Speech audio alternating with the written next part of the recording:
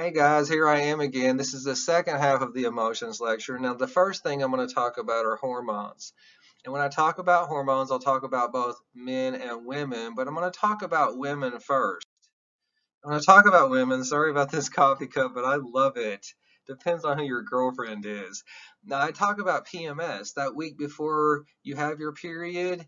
And so there's been all this literature. Now, if you look at, I love this picture right here. You see actually almost the eggs in there, and they're getting matured because of the FSH, right? And then they go down here, and other things happen with FSH and LH. And if the egg is fertilized, it would implant in the wall of the uterus. But if it's not, then you have this drop in estrogen and progesterone, and that makes the inner lining shed because the egg needs to be discarded. Now, I hope you remember some of that. I hope I did an okay job on that. Now, that's not really what I'm talking about. What I'm really talking about is the week before really all that happens, before it's discarded or shed, that there's these physical and also emotional changes that women go through. And there's been all this argument in the psychology research about we can prove the physical ones pretty easy, but the emotional ones are harder to prove. So this isn't Tim saying this, that it's made up, but some people argue that it might be somewhat fictitious. I just argue if you feel bad, don't you also psychologically feel bad? It goes hand in hand, but whatever. Now, Murray is one of those people. She says that if women believe their emotionality is due to PMS, they can use that half the time. Because during their period and the week before their period, they can say it's because of that. Now, that's not Tim saying it, because actually, if you look at the American Psychological Association, can't even say that right, they outline PMDD, which are for women that have intense periods that have really extreme psychological effects, right? Intense depression and anxiety and irritability, suicidal thoughts, things like that. Now, I think I have on this last slide PMS versus PMDD. PMS does have these mild psychological effects, but PMDD are these severe psychological effects. So I'm arguing that it is a real thing, not like these other researchers, because otherwise we wouldn't have it categorized as a psychological disorder, this PMDD. Okay, so the next thing I'm talking about are the guys, and I love this thing right here. Being an asshole is part of my manly essence, but there's a lot of research that shows the link between testosterone and aggression or violence. I mean, it just goes hand in hand. So if you look at this research on testosterone and aggression or violence, you can look at it either way, that a lot of intrasexual competition amongst animals is based upon that alpha male. We talked about this before. And the one that has the most testosterone is Billy Badass, and he kicks everybody else's ass, and he has the whole harem of females. And a lot of this is testosterone driven. Because, like, I grew up on farms. What do you do if you have a wild, crazy horse? You might castrate it, right? You geld that horse, and so it's not so wild and crazy anymore. So if I can get off of this one, if you look at this testosterone research, testosterone and aggression, they've done a lot of research on rats and how aggressive they are. And so this first one shows that before they castrate the rat, he bites a lot. And then after they castrate him, he never bites. But then they started giving him testosterone therapy, and he starts biting again. I love this one. And even in female rats, this one right here, that if you give them estrogen, they don't really fight. But if you give them some testosterone, even the females fight. So it kind of shows direct proof that testosterone causes aggression. Okay, so James Dabbs, this guy right here, what do I have this picture? He gave me my first job. He's dead now, but my first job at Georgia State University. Thank you, James. And he did all this neat research on testosterone because he would just swab your mouth, kind of like they're swabbing the inside of your nose or mouth for the COVID test, but they would do a testosterone test. Tell you how much, testosterone you got floating around your body, both for men and women. Remember, both can produce testosterone. And so he would find these things like actors and football players have higher testosterone than preachers. I don't know what that says about me because I like preachers. And then he did these studies where he'd go around like fraternities, and he would find out who's got the rowdiest reputation because he would test all the fraternities first. And it just so happened the one that had the rowdiest reputation also tested the highest in testosterone. Okay, so this is another neat thing. I love his research. On this one, he found that this is interesting. High testosterone males have low status jobs. And his argument is that if they get into more confrontations, and so that's good for the blue collar world, but not for the white collar world. I don't know if that's a good argument. Vets also, if they had high testosterone, were more likely to get crazy in the areas of alcohol and drug abuse or antisocial behaviors or have mood disorders like schizotypal. We talked about that one before. Also, if he went into the prisons, he would find that male prisoners that committed violent crime versus nonviolent crime had different levels of testosterone. I love this one because it directly relates to the alpha male. And then male prisoners with higher testosterone also got into more of these confrontations that I was talking about before. Okay, the last thing, which is my favorite thing he finds, is that men that have high testosterone don't smile as much. It's like, I don't know. I think that has to do with being the alpha male. And you might not know this about me. I listen to a ton of EDM, but also gangster rap. And here are some of my favorite rappers. And you can't go around smiling. You got to get that hard look on your face like you're going to fucking kill somebody. You know what I mean? Smiling, that means you're a sissy. And so I know that's silly, but it's this weird correlation he would find between how much do you smile and how much testosterone do you have? Okay, so this is the next section, and in this little section, I just want to talk about differences between boys and girls and how they express aggression. So there's been a lot of research, and most of the research says that boys express directly. I mean, they come up and they hit you. Not all boys, but in general. And girls tend to express indirectly. And so that means like gossiping, spreading rumors, talking shit, excluding people from their friend group, stuff like this. And so I'll focus on this one more because this one is just plain simple. In some ways, that's why I like guys, you know what I mean? Even though I might get beat up a lot, it's like they're pretty upfront about aggression. Now, here's some research just to back the point up. In this research, boys, physical aggression. Girls, they talk about ostracizing or alienating and also defaming their character. I want to focus on that one. Okay, because if you remember David Buss's intrasexual competition, this would be selection over here. But in its intrasexual competition, guys, when they fight with other guys, it might be physical now, what we're talking about. When I'm arguing, girls fight with other girls, it might get social. And that includes this ostracizing stuff versus, directly hitting somebody. It's not that girls don't hit other girls or guys don't, spread rumors about other guys, but just in general terms. Now, this social aggression in women, Tracy Vaillancourt had looked at it, and what she found is 3 different things that girls tend to do. Tell me about this, girls. Criticize their appearance. Oh my God, look what she's wearing. Oh my God. Spread rumors about their sexuality. She's such a slut or a whore, right? Or socially exclude them. Don't invite her to the party. And so I'm going to come back to this little slide in a couple of seconds. Okay, so this really is what's called being passive aggressive. I tend to be really passive aggressive. If you're an alpha, you're directly aggressive. If you're beta, you're passive aggressive. Why? Because you might get your ass kicked.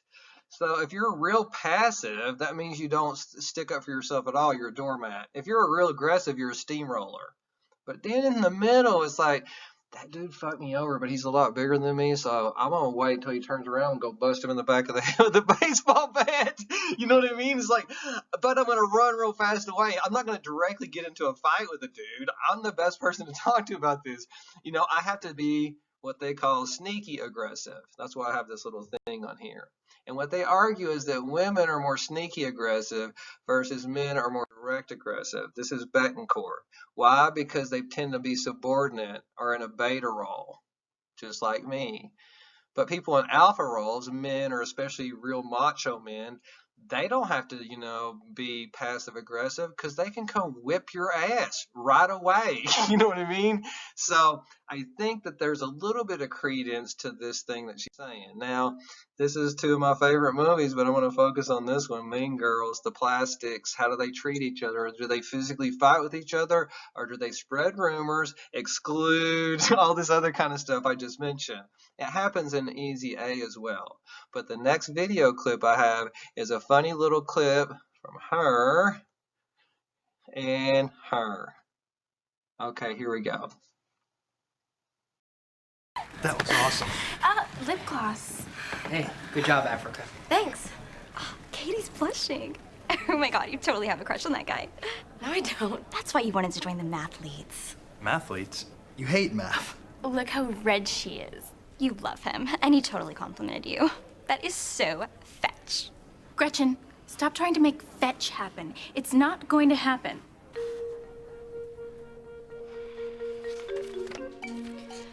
Why should Caesar get to stomp around like a giant while the rest of us try not to get smushed under his big feet? What's so great about Caesar? Brutus is just as cute as Caesar. Okay, Brutus is just as smart as Caesar. People totally like Brutus just as much as they like Caesar. And when did it become okay for one person to be the boss of everybody, huh? Because that's not what Rome is about. We should totally just stab Caesar! Gretchen Wiener's had cracked. If you even knew how mean she really is, you know that I'm not allowed to wear hoop earrings, right? Yeah, 2 years ago she told me that hoop earrings were her thing, and that I wasn't allowed to wear them anymore.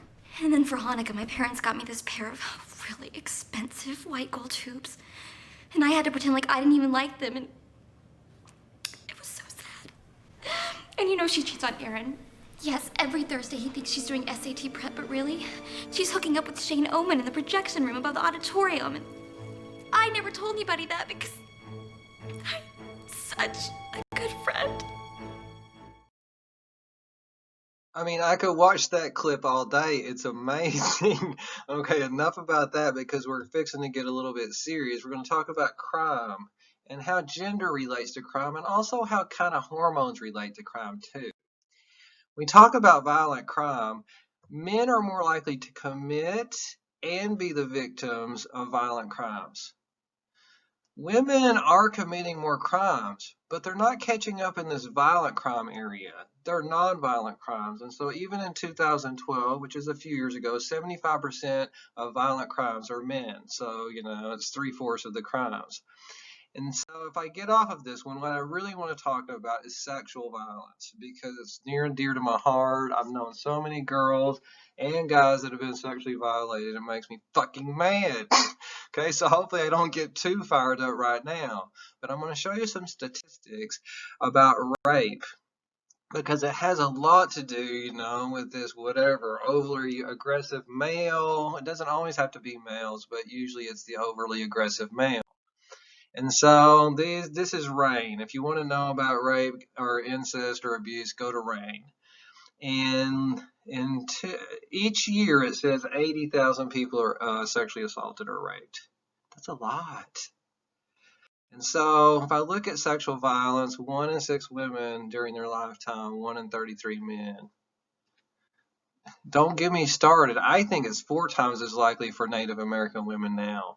Same thing I just don't want to get into these statistics, but I like to show it. It used to be every 98 seconds. Now it's every 73 seconds someone is raped or sexually assaulted. And 60% of the time it's not reported to the police. So this is fucking bullshit. You know what I mean? We're in 2020. And so when I talk about sexual violence against men or women, it's bullshit. I just watched Boys Don't Cry again last night, and they killed that transgender girl just because she was transgendered. It's like same thing with Matthew. I can't remember his name right now. It'll come to me. But anyway, Shepard, I think it is. They just killed him for being gay. Now, here's one of the big myths about rape. It's a stranger who's going to get you in a dark alley and this, that, and the other. It's like, no, it's not. 8 out of 10 rapes are someone you know. It's somebody that's close to the victim.